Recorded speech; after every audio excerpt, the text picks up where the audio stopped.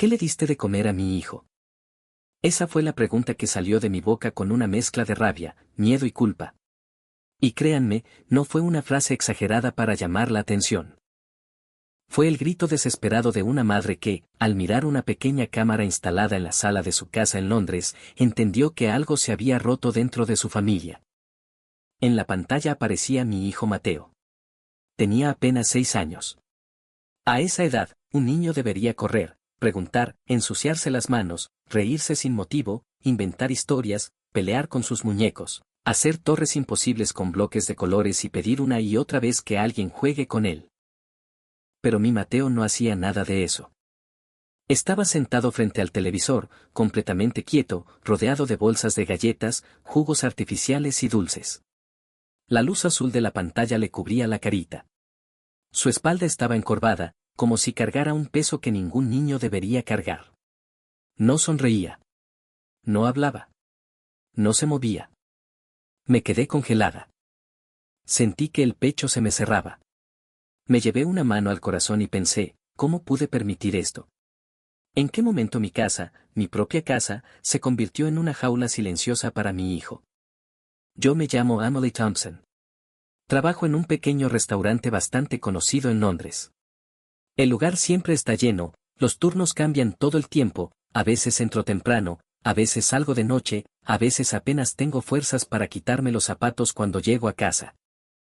Durante años me repetí que trabajaba por Mateo, que todo el cansancio era por darle una vida mejor. Pero esa noche, frente a la cámara, por primera vez sentí una verdad cruel, quizá, mientras trabajaba para darle todo, le estaba quitando lo único que realmente necesitaba. Mi esposo se llama Daniel. También trabaja demasiado. Pasa horas frente a la computadora, encerrado en reuniones, revisando documentos, respondiendo mensajes. Está físicamente en casa, pero muchas veces su mente está en otro lugar. Mateo se acercaba a él y le decía con su vocecita, «Papá, ¿jugamos?». Y Daniel, sin mala intención, sin darse cuenta del daño, respondía casi siempre lo mismo, «Perdón, ahora no puedo». Día tras día, la misma respuesta. Y yo tampoco era mejor. Mateo me preguntaba, «Mamá, ¿hoy sí vas a estar conmigo?». Esa frase me dolía más que cualquier insulto. Me partía por dentro. Pero aún así seguía corriendo, trabajando, sobreviviendo, convencida de que encontraríamos una solución. Por eso decidimos contratar una niñera. No buscábamos simplemente a alguien que llenara horas vacías. Buscábamos a una persona que preparara comida, que jugara con él, que le diera rutina, que le devolviera esa estructura emocional que nosotros, por cansancio y por trabajo, no estábamos logrando darle. En ese proceso aparecieron 2 candidatas. La primera se llamaba Laura Bennett. Era joven, extrovertida, sonreía mucho y hablaba un inglés perfecto. Entró a la entrevista con una energía impresionante, como esas personas que parecen dominar cualquier ambiente desde el primer segundo. Se presentó con seguridad, contó que había trabajado con varias familias, dijo que adoraba a los niños, que era muy creativa, que sabía mantenerlos tranquilos y entretenidos. La segunda candidata era una mujer boliviana llamada doña Valeria Quispe. Había llegado a Londres desde Cochabamba muchos años atrás. Tenía una voz serena, una mirada profunda y una manera de hablar que no buscaba impresionar a nadie. Su español era cálido, su inglés era correcto, pero más lento. A veces buscaba las palabras. A veces hacía pausas. No parecía insegura, sino cuidadosa. En ese momento cometí un error. Pensé que para el desarrollo de Mateo era mejor elegir a alguien que hablara inglés con total fluidez. Daniel también pensó lo mismo. Me dijo, para Mateo quizá convenga a alguien que se comunique rápido, sin problemas. Y yo asentí. Parecía una decisión lógica. Pero muchas veces lo lógico no es lo correcto. Elegimos a Laura. El primer día, Laura llegó con una sonrisa enorme. «Good morning», dijo con voz alegre. Mateo la miró con timidez, y ella inmediatamente se inclinó hacia él, le hizo preguntas, sacó unos juegos y comenzó a hablarle como si lo conociera de toda la vida. Yo sentí alivio.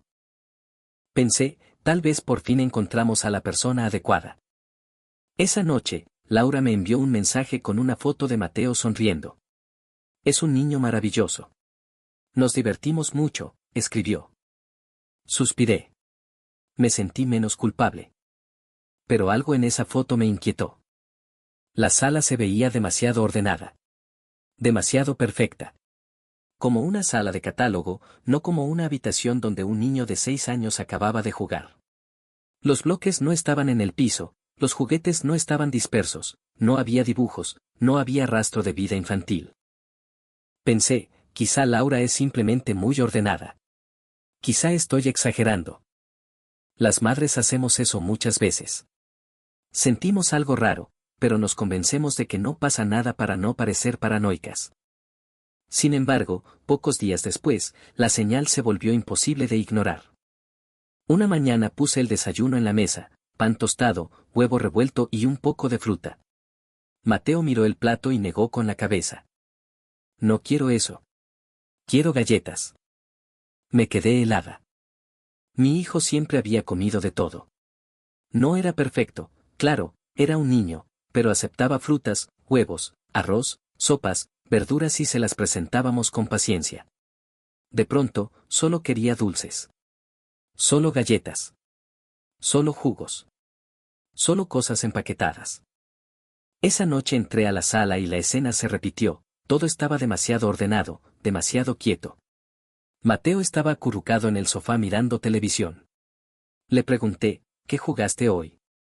Él respondió bajito, no me acuerdo. No me acuerdo. Esa frase me dio miedo. Una madre conoce el tono de su hijo. Sabe cuando está cansado, cuando está triste, cuando está escondiendo algo, cuando simplemente no tiene palabras para explicar lo que siente. Y esa noche mi intuición gritaba. Le conté a Daniel. Él trató de calmarme. Los gustos de los niños cambian. Quizás solo está cansado. Pero yo no podía aceptar esa explicación tan sencilla. Entonces ocurrió algo que terminó de abrirme los ojos. Al volver del trabajo encontré el basurero de la cocina lleno de envoltorios de snacks, paquetes de galletas, botellas de jugo dulce y bolsas de caramelos. Demasiados. No era un capricho ocasional. Era una rutina. ¿Eso era lo que le daban de comer a mi hijo? Sentí un sudor frío en la espalda. Laura, con su sonrisa brillante, con su inglés perfecto, con su actitud segura, ¿qué estaba haciendo cuando nosotros no estábamos? Esa noche no pude dormir. La imagen de Mateo en silencio me perseguía. La duda se transformó en miedo, y el miedo en decisión. En una esquina de la sala teníamos una pequeña cámara de seguridad doméstica. La habíamos instalado por precaución, no para espiar a nadie. Pero en ese momento se convirtió en la única forma de entender qué estaba pasando. Le dije a Daniel, tenemos que revisar la grabación. Él frunció el ceño. ¿De verdad desconfías tanto? Lo miré sin pestañear. Sí. Y me duele decirlo. Nos sentamos frente a la computadora. Abrimos el archivo. Presionamos reproducir. Lo que vimos nos dejó sin respiración. Era la hora del almuerzo. Mateo estaba sentado en una silla, no frente a un plato de comida, sino frente a una bolsa de galletas y un vaso de jugo artificial. Laura estaba a su lado, sonriendo, diciendo, "Good boy, así te quedas tranquilito". Sentí que algo se me rompía por dentro. La grabación continuó. Mateo extendió la mano hacia sus bloques de construcción. Quería jugar. Laura se los quitó y los puso en una repisa alta. No, hoy no. Eso hace desorden, dijo. Luego encendió el televisor. Mateo murmuró algo que apenas se escuchaba, la comida de mamá. Laura se rió. Y dijo una frase que jamás voy a olvidar. La comida de tu mamá no es rica, ¿no? Mejor come esto. Me tapé la boca. Las lágrimas empezaron a caerme sin control. Daniel apretó los puños. Su rostro cambió. Nunca lo había visto así. No era solo enojo. Era vergüenza. Era culpa. Era la conciencia brutal de que habíamos dejado entrar a nuestra casa a alguien que no estaba cuidando a nuestro hijo, sino apagándolo. En la pantalla, Mateo miraba el televisor sin expresión. Ya no corría. Ya no reía. Ya no pedía jugar. Estaba sentado como si hubiera aprendido que era más fácil obedecer y callarse. Daniel dijo con voz baja, esto no es cuidado. Esto es negligencia. Yo respondí, mañana se acaba. Al día siguiente, Laura llegó como siempre, con su sonrisa ensayada. Good morning, dijo. Daniel no respondió con cortesía. Solo dijo, siéntate. Ella notó el ambiente pesado, pero intentó sonreír. Se sentó en el sofá. Yo abrí la computadora con las manos temblorosas y reproduje el video. Su rostro cambió apenas unos segundos. Luego se encogió de hombros. ¿Cuál es el problema?, dijo. El niño se queda tranquilo. Ustedes también descansan, ¿no? Esa frase me quemó la sangre. Tranquilo, respondí. Lo estabas dejando frente al televisor, dándole dulces, quitándole los juguetes y diciéndole que mi comida era mala. Daniel golpeó la mesa con el puño. Eso no es cuidar a un niño. Laura levantó la voz, si no les gusta, cuídenlo ustedes. Yo solo intentaba ayudar. Ustedes están demasiado ocupados. En ese momento entendí algo terrible, ella nunca había venido a cuidar a Mateo. Había venido a hacer que Mateo molestara lo menos posible. Le dije, vete. Ahora. Laura tomó sus cosas con rabia. Antes de cerrar la puerta dijo, padres difíciles. Y se fue. Cuando la puerta se cerró, me hundí en el sofá. Lloré como no había llorado en años. Perdóname, Mateo, susurré. Perdóname por elegir mal. Unos pasos pequeños se escucharon en el pasillo. Mateo apareció frotándose los ojos. Mamá, dijo. Lo abracé con fuerza. En ese abrazo me prometí que nunca más permitiría que la comodidad de un adulto destruyera la alegría de mi hijo. Pero sacar a Laura no solucionó todo. A la mañana siguiente preparé desayuno, tostadas, huevo, banana. Puse el plato frente a Mateo con una sonrisa. Vamos a comer, amor. Él miró el plato y preguntó, ¿no hay galletas? Sentí una punzada en el pecho. No, Mateo. Esto te hace bien. Necesitas energía. Pero él bajó la cabeza y no tocó nada. Daniel, apoyado en la pared, murmuró, ya se volvió costumbre. Esa frase cayó sobre nosotros como una sentencia. Habíamos perdido algo más profundo que una rutina de comida. Habíamos perdido confianza. Mateo había asociado la comida real con obligación y la comida chatarra con comodidad. Había aprendido a callarse, a esperar pantalla, a recibir azúcar en vez de atención.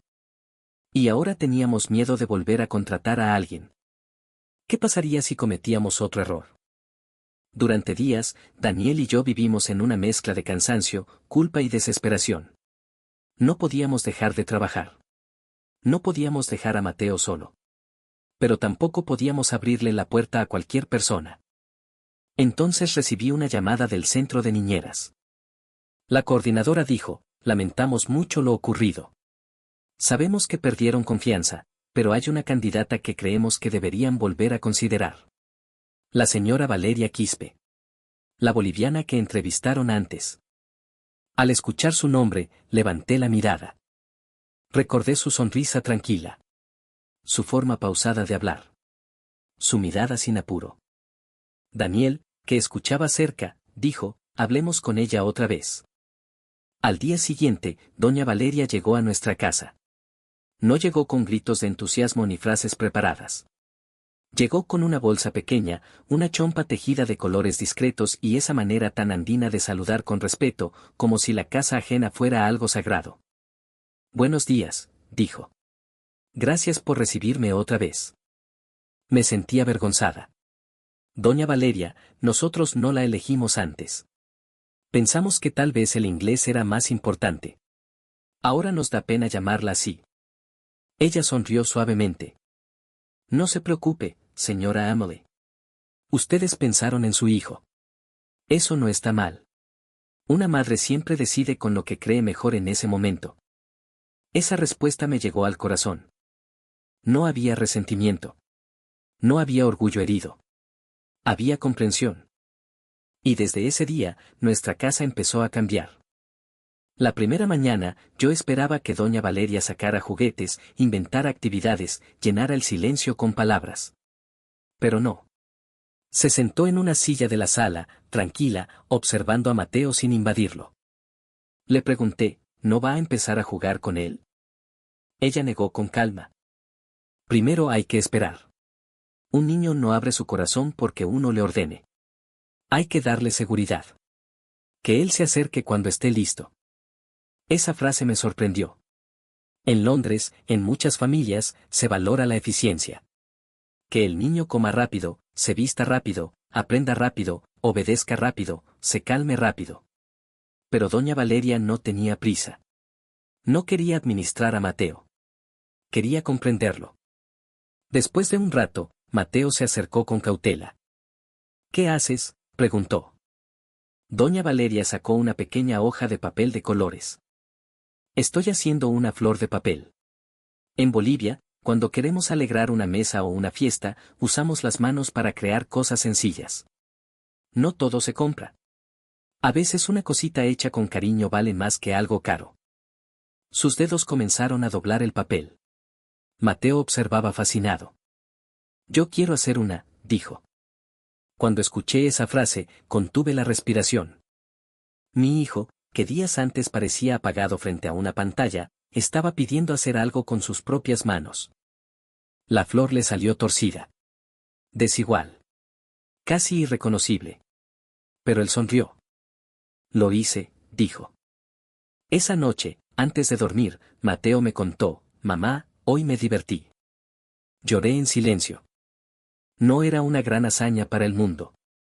Pero para mí era como ver regresar a mi hijo desde un lugar oscuro. Sin embargo, todavía quedaba el problema más difícil, la comida. Mateo seguía rechazando el desayuno, seguía pidiendo galletas, seguía mirando con desconfianza cualquier plato que no saliera de una bolsa. Doña Valeria no se alarmó. Un día entró a la cocina y dijo, hoy vamos a empezar con algo pequeño. No con obligación.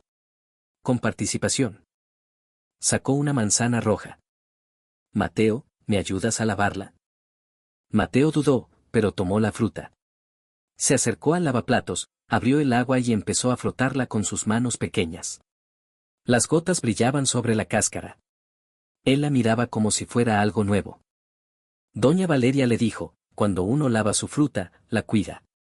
Y cuando uno cuida algo, después lo mira diferente. Cortó la manzana en pedacitos pequeños y los puso en un plato. Esta manzana la preparaste tú, ¿quieres probar un pedacito? Mateo dudó. Luego tomó uno. Lo mordió. Sus ojos cambiaron. Está dulce, dijo. Yo me cubrí la boca.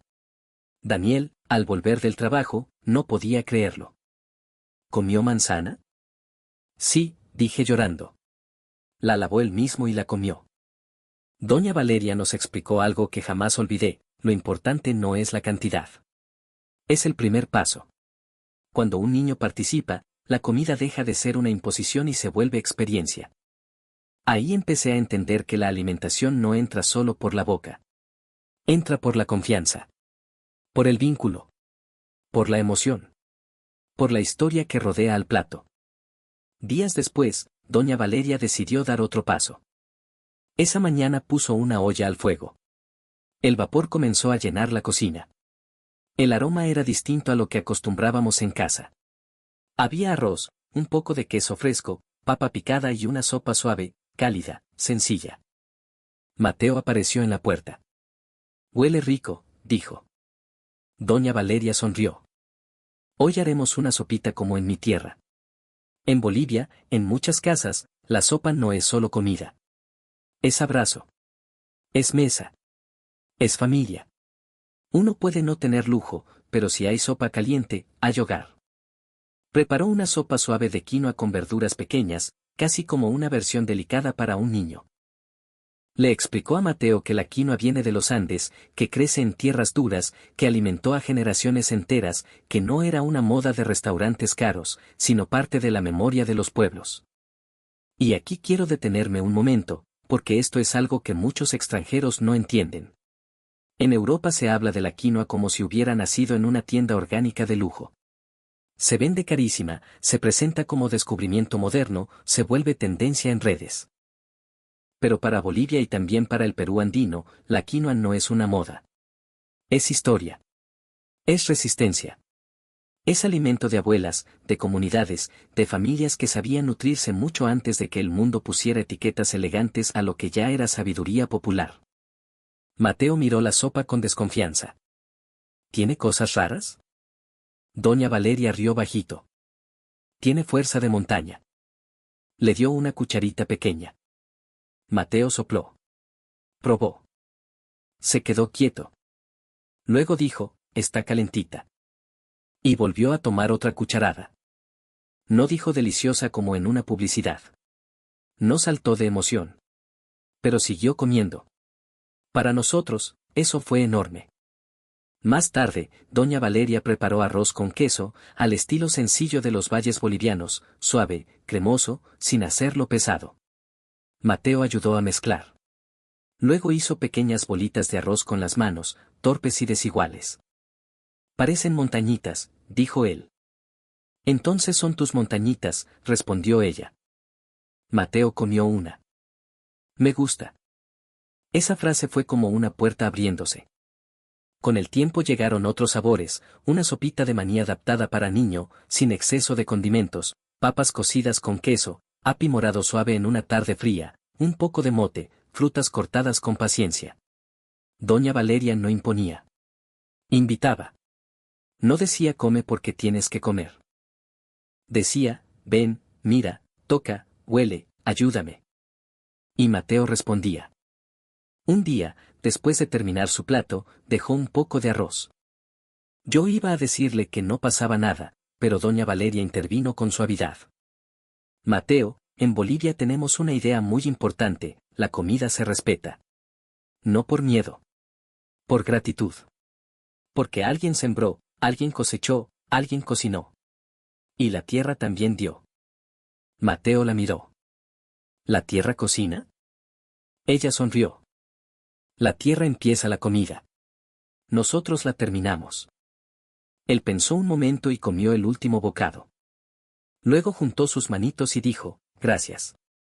No fue un thank you automático. Fue distinto. Fue como si por primera vez entendiera que comer no era solo recibir. Era reconocer. Esa noche Daniel y yo volvimos a revisar la cámara. No porque quisiéramos desconfiar de doña Valeria, sino porque la herida que Laura dejó todavía estaba abierta.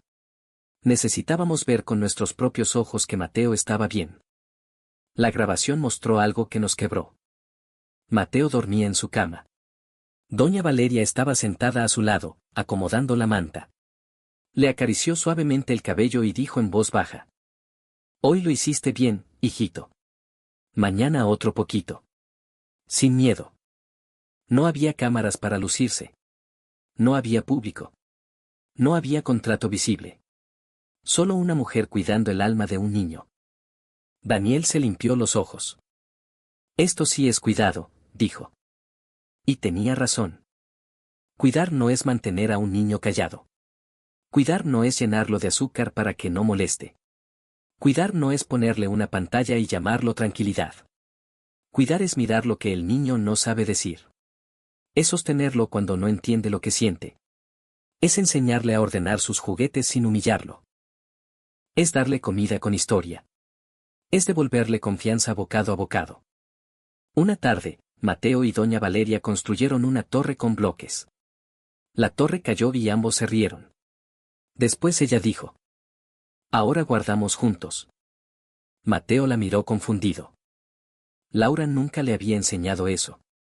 Para Laura, recoger era una molestia. Para doña Valeria, era parte de la vida. En mi tierra, dijo ella, ordenar también enseña. Si cuidas tus cosas, aprendes a cuidar tu espacio. Y si cuidas tu espacio, también cuidas a los demás. Mateo empezó a guardar los bloques uno por uno. Luego acomodó sus zapatos junto a la puerta. Después se quedó mirando el resultado con orgullo. Lo hice. Ese lo hice empezó a repetirse en nuestra casa. Lo decía cuando lavaba una fruta. Cuando terminaba una sopa. Cuando guardaba un juguete. Cuando ayudaba a poner una servilleta en la mesa. Pequeñas victorias. Pequeños milagros domésticos que nadie aplaude en televisión, pero que cambian la vida de una familia. Un domingo invitamos a doña Valeria a cenar con nosotros. Queríamos agradecerle. Daniel preparó carne al horno. Yo hice ensalada. Doña Valeria trajo una olla de sopa de quinoa y una pequeña porción de arroz con queso. Mateo saltó de alegría. La sopa de la tía Valeria. Me estremecí. Semanas antes pedía galletas. Ahora esperaba una sopa. Nos sentamos a la mesa. Mateo tomó una cucharada y sonrió. Calienta la pancita, dijo. Daniel probó la sopa y se quedó en silencio. Es increíble, murmuró. No por complicada, sino porque se siente honesta. Después de cenar, Daniel le preguntó a doña Valeria. ¿Por qué hace tanto por un niño que no es suyo? Ella bajó la mirada. Tardó en responder. Mis hijos ya crecieron. Y cuando una es madre, el corazón no se jubila. Uno sigue teniendo amor para dar. Además, un niño nunca es ajeno cuando necesita cuidado. Esa frase nos dejó sin palabras. Y quiero decir algo a los bolivianos que están viendo esta historia, a veces el mundo mira a Bolivia desde arriba. La reduce a estereotipos. Algunos extranjeros apenas piensan en altura, pobreza, atraso o folclore de postal. Otros confunden Bolivia con Perú, como si todos los Andes fueran una sola imagen turística para vender en agencias de viaje. Y sí, el Perú tiene una fuerza cultural impresionante, una gastronomía reconocida, una historia que el mundo mira con admiración. Pero Bolivia también tiene una profundidad humana que no siempre recibe cámaras, premios ni titulares. Y este es el punto polémico, hay países que son famosos por su marca, y hay pueblos que sobreviven por su alma. Bolivia muchas veces pertenece a lo segundo. No siempre sabe venderse, no siempre grita sus virtudes, no siempre aparece en los rankings. Pero en la cocina de una madre boliviana, en una sopa de quinoa, en un plato de arroz con queso, en una frase dicha con paciencia, hay una educación emocional que muchos países ricos han perdido. La historia de Mateo y doña Valeria terminó llegando a redes sociales. Daniel subió un video corto, sin grandes efectos, mostrando el cambio de Mateo, de estar sentado frente al televisor con dulces a lavar una manzana, probar sopa, guardar juguetes y decir gracias después de comer. El video explotó. Y ahí vino lo más impresionante, los comentarios de extranjeros. Una madre estadounidense escribió, nunca pensé que darle tiempo seguro a un niño podía ser más importante que llenarlo de actividades caras. Un padre británico comentó, nos obsesionamos con que los niños sean independientes, pero olvidamos enseñarles gratitud. Una francesa dijo, en Francia valoramos la mesa familiar, pero esta niñera boliviana me recordó que la comida también puede sanar. Un alemán escribió, la forma en que enseña a ordenar no es castigo, es filosofía. Y varios latinoamericanos empezaron a discutir. Algunos peruanos decían, esto se parece a lo que también vivimos en nuestras casas andinas. Y tenían razón. Porque la cultura andina no se encierra en fronteras modernas. Bolivia y Perú comparten raíces, memorias, alimentos, heridas, montañas, mercados, abuelas, sopas y silencios llenos de significado. Pero como boliviana adoptiva de esta historia, doña Valeria puso en la conversación mundial algo que muchas veces se desprecia, que la verdadera educación no siempre viene de libros caros, colegios exclusivos o métodos importados. A veces viene de una mujer sencilla que sabe esperar. De una olla humeante. De una fruta lavada por un niño. De una mesa donde nadie es apurado. Hubo también comentarios crueles, por supuesto. Algunos decían, eso es solo una niñera haciendo su trabajo. Otros preguntaban, ¿por qué exageran tanto? Y ahí es donde yo, como narradora de esta historia, tengo que decir mi opinión personal. No, señores. No era solo su trabajo. Porque Laura también tenía un trabajo. Y lo convirtió en abandono disfrazado de tranquilidad. La diferencia no está en el contrato. Está en la mirada. Una persona puede cumplir horario y destruir confianza. Otra puede servir una sopa y reconstruir una infancia. Esa es la diferencia. Mateo cambió. No de un día para otro. No como en una película barata donde todo se arregla en 3 minutos. Cambió lentamente. Volvió a jugar. Volvió a preguntar. Volvió a ensuciar la mesa con papelitos y bloques. Volvió a tener hambre real. Volvió a mirar la comida con curiosidad. Volvió a dormir tranquilo. Una noche, después de cenar, se acercó a mí y dijo: Mamá, mañana podemos hacer sopa con la tía Valeria, pero tú también ayudas. Sentí que el corazón se me llenaba de algo que no sabía nombrar. Porque esa frase significaba que yo volvía a entrar en su mundo. No como la madre cansada que llega tarde. No como la figura ausente que deja platos preparados. Sino como alguien que podía compartir una experiencia. Doña Valeria no solo cuidó a Mateo. Nos educó a Daniel y a mí. Nos enseñó que la crianza no se delega completamente. Se comparte. Nos enseñó que un niño no necesita adultos perfectos, pero sí adultos presentes. Nos enseñó que la comida puede ser una conversación. Que ordenar puede ser una lección de responsabilidad. Que la paciencia puede ser más poderosa que cualquier método moderno. Y cuando el video llegó a más países, muchos empezaron a hablar del Perú, de Bolivia, de los Andes, de las familias latinoamericanas, de la comida hecha en casa. Algunos extranjeros confesaron que antes pensaban que Perú y Bolivia eran destinos caóticos, pobres, inseguros, lugares que solo servían para turismo exótico. Pero al ver esa escena doméstica, tan pequeña y tan profunda, comenzaron a preguntarse si quizá habían mirado mal. Una mujer de Canadá escribió: Fui a Perú pensando solo en Machu Picchu, pero lo que más recuerdo es como una familia me invitó sopa sin conocerme. Un español comentó: En Bolivia me pasó algo parecido. Me trataron con una calidez que no se puede comprar. Un italiano dijo: Los Andes tienen una idea de comunidad que Europa está perdiendo. Y esa reacción internacional encendió un debate. ¿Qué es realmente un país desarrollado? ¿El que tiene trenes rápidos y edificios brillantes? ¿O el que todavía sabe sentar a una familia alrededor de una mesa y enseñar gratitud a un niño? No estoy diciendo que Bolivia o Perú sean perfectos. Sería absurdo. Hay problemas reales: desigualdad, corrupción, falta de oportunidades, migración, cansancio, madres trabajando demasiado, padres ausentes por necesidad, jóvenes que se van porque no encuentran futuro. Pero también hay una riqueza humana que muchas veces los propios latinoamericanos subestiman porque han sido educados para creer que todo lo valioso viene de afuera. Esta historia golpeó tanto porque no mostró un monumento. No mostró un paisaje. No mostró una fiesta turística. Mostró algo más íntimo, una forma de cuidar. Y eso desarmó prejuicios. Porque cuando un extranjero ve a una mujer boliviana transformar a un niño inglés no con tecnología, no con dinero, no con teorías complicadas, sino con paciencia, comida y respeto, algo se rompe en su mirada. Ya no puede decir tan fácil que esos países atrasados no tienen nada que enseñar. Doña Valeria se convirtió para muchos en una heroína silenciosa. No por salvar el mundo con discursos, sino por salvar un pequeño mundo llamado Mateo. Y quizá ese es el mensaje más fuerte para quienes miran desde Bolivia: nunca menosprecien lo que parece simple. La sopa que preparaba la abuela. El gracias antes o después de comer. El recoger el plato. El no desperdiciar. El compartir aunque haya poco. El llamar hijito a un niño que necesita ternura.